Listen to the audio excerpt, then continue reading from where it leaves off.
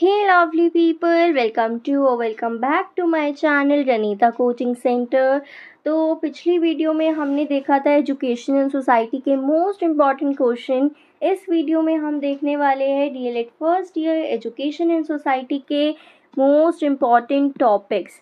ठीक है, तो ये ऐसे टॉपिक्स है जो कि आपको अच्छे से पता होने चाहिए अपने एग्ज़ाम सेंटर में जाने से पहले। तो इन टॉपिक्स को अच्छे से रिवाइज कर लीजिएगा क्योंकि कल ही आपका एग्ज़ाम है 20 मार्च को एंड ये वीडियो 19 मार्च को अपलोड होने वाली है। ओके, तो देखते हैं। इससे पहले अगर आपको किसी भी सब्जेक्ट में कोई भी क्वेरी रहे, जैसे कि आपके एग्ज़ाम ही चल रहे हैं तो कोई भी क्वेरी हो, इवन सेकेंड ईयर में भी आपको कोई भी क्वेरी हो, तो आप हमारे इंस्टाग्राम पेज को फॉलो कर सकते हैं और मैसेज करके हमसे अपना डाउट क्लियर कर सकते हैं। अगर आपको किसी भी सब्जेक्ट के नोट चाहिए या और कोई हेल्प चाहिए तो आप हमारे टेलीग्राम चैनल को ज्वाइन कर सकते हैं। यहाँ पर आपको नोट्स प्रोवाइड कर दिए जाएंगे। तो चलिए देखते हैं इम्पॉर्टेंट टॉपिक्स। सबसे पहले meaning of education in society. हमने इसका क्वेश्चन भी देखा था। एजुकेशन एंड सोसाइटी का मीनिंग क्या होता है, इसकी डेफिनेशन क्या है, इनका रिलेशन क्या है, ये सब आपको पता होना चाहिए। एजुकेशन का नेचर क्या है, यू शुड नो। तो नेचर क्या है एजुकेशन का? बाइपोलर प्रोसेस, ठीक है, कंटिन्यूस प्रोसेस होता है, ट्राइपोलर प्रोसेस होता है, तो वो सारी चीज़ें इसमें आपको लिखनी है। Next, characteristics of Indian society, this is important.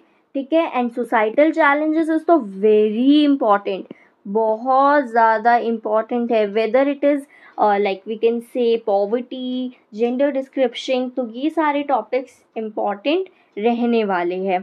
तो आपको सोसाइटल चैलेंजेस, सारे सोसाइटल चैलेंजेस बहुत ही अच्छी तरीके से प्रिपेयर कर लेनी है क्योंकि इसमें से क्वेश्चन पूछा जाता ही जाता है।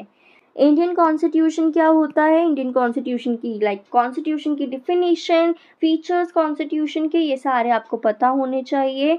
प्रीएम्बल इज मोस्ट इम्पॉर्टेंट क्योंकि प्रीएम्बल जैसे टॉपिक को हम शुरू से ही, अगर आप ह्यूमैनिटीज़ बैकग्राउंड से है, आपने आर्ट ऑप्ट करी थी, तो हमेशा हमने प्रीएम्बल जैसे टॉपिक को इग्नोर करा है। बट आपके डीएलएड में प्रीएम्बल जो है इम्पॉर्टेंट है बिकॉज प्रीएम्बल के जो प्रीवियस ईयर क्वेश्चन पेपर मैंने एनालाइज करे हैं उसमें प्रीएम्बल का क्वेश्चन आता है। Next, fundamental rights and duties आपको पता होने चाहिए। फंडामेंटल राइट्स कौन कौन से हैं, फंडामेंटल ड्यूटीज़ कौन कौन सी है, ये एजुकेशन में कैसे हेल्प करते हैं।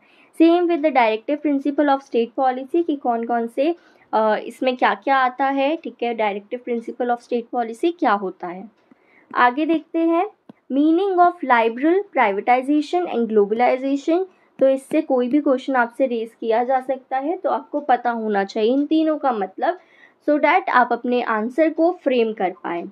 अगर आपको नहीं पता कि आपको 3 मार्क्स का आंसर कैसे फ्रेम करना है, 8 मार्क्स का आंसर कैसे फ्रेम करना है, तो मैं ऑलरेडी रनीता कोचिंग सेंटर के यूट्यूब चैनल पर PYQ अपलोड कर चुकी हूँ। वो प्रीवियस ईयर क्वेश्चन पेपर बहुत ही ज़्यादा इम्पॉर्टेंट है। क्योंकि वो PYQ आपके पिछले साल का ही है, 2024 का ही PYQ है, तो ये बहुत ही ज़्यादा इम्पॉर्टेंट रहने वाला है क्योंकि उन क्वेश्चन पेपर से भी आपसे कोई ना कोई क्वेश्चन पूछ सकते हैं, आपके एग्ज़ाम में आ सकता है। नेक्स्ट क्वेश्चन आपका बहुत ही ज़्यादा इम्पॉर्टेंट रहने वाला है, पंचायती राज, बहुत ही ज़्यादा इम्पॉर्टेंट है। इवन मैंने ये चीज़ आपको इम्पॉर्टेंट क्वेश्चन वाले वीडियो में भी बताई है कि पंचायती राज वाला तो कॉन्सेप्ट रट लो। ठीक है, इवन सोसाइटल चैलेंजेस वाला भी और डिसेंट्रलाइजेशन वाला भी आपको बेसिक चीज़ें पता होनी चाहिए। UE, universalisation of elementary education, इसका बेसिक कॉन्सेप्ट आपको पता होना चाहिए। Next, problem in elementary education, drop out, truancy, corporal punishment, juvenile justice. तो देखो ये सारी चीज़ें बहुत ही ज़्यादा इम्पॉर्टेंट है। तो इससे आपका ऐसे क्वेश्चन फ्रेम हो सकता है कि drop out, as a teacher आप ड्रॉप आउट को कैसे मिनिमाइज कर सकते हैं। ठीक है, आपने देखा है ड्यूरिंग योर स्कूल SAP, ठीक है, school experience programme, you have seen कि जो ड्रॉप आउट के रेट है वो बहुत ज़्यादा बढ़ रहे हैं। तो क्या कॉसेस है ड्रॉप आउट के, और आपने ड्यूरिंग योर SAP उस ड्रॉप आउट के कॉसेस को रिड्यूस करने की क्या कोशिश करी है। ठीक है, आप उसके रेमेडीज़ बताइए। तो ये सारी चीज़ें ऐसे इस तरीके से आपके पास क्वेश्चन प्रेजेंट हो सकता है।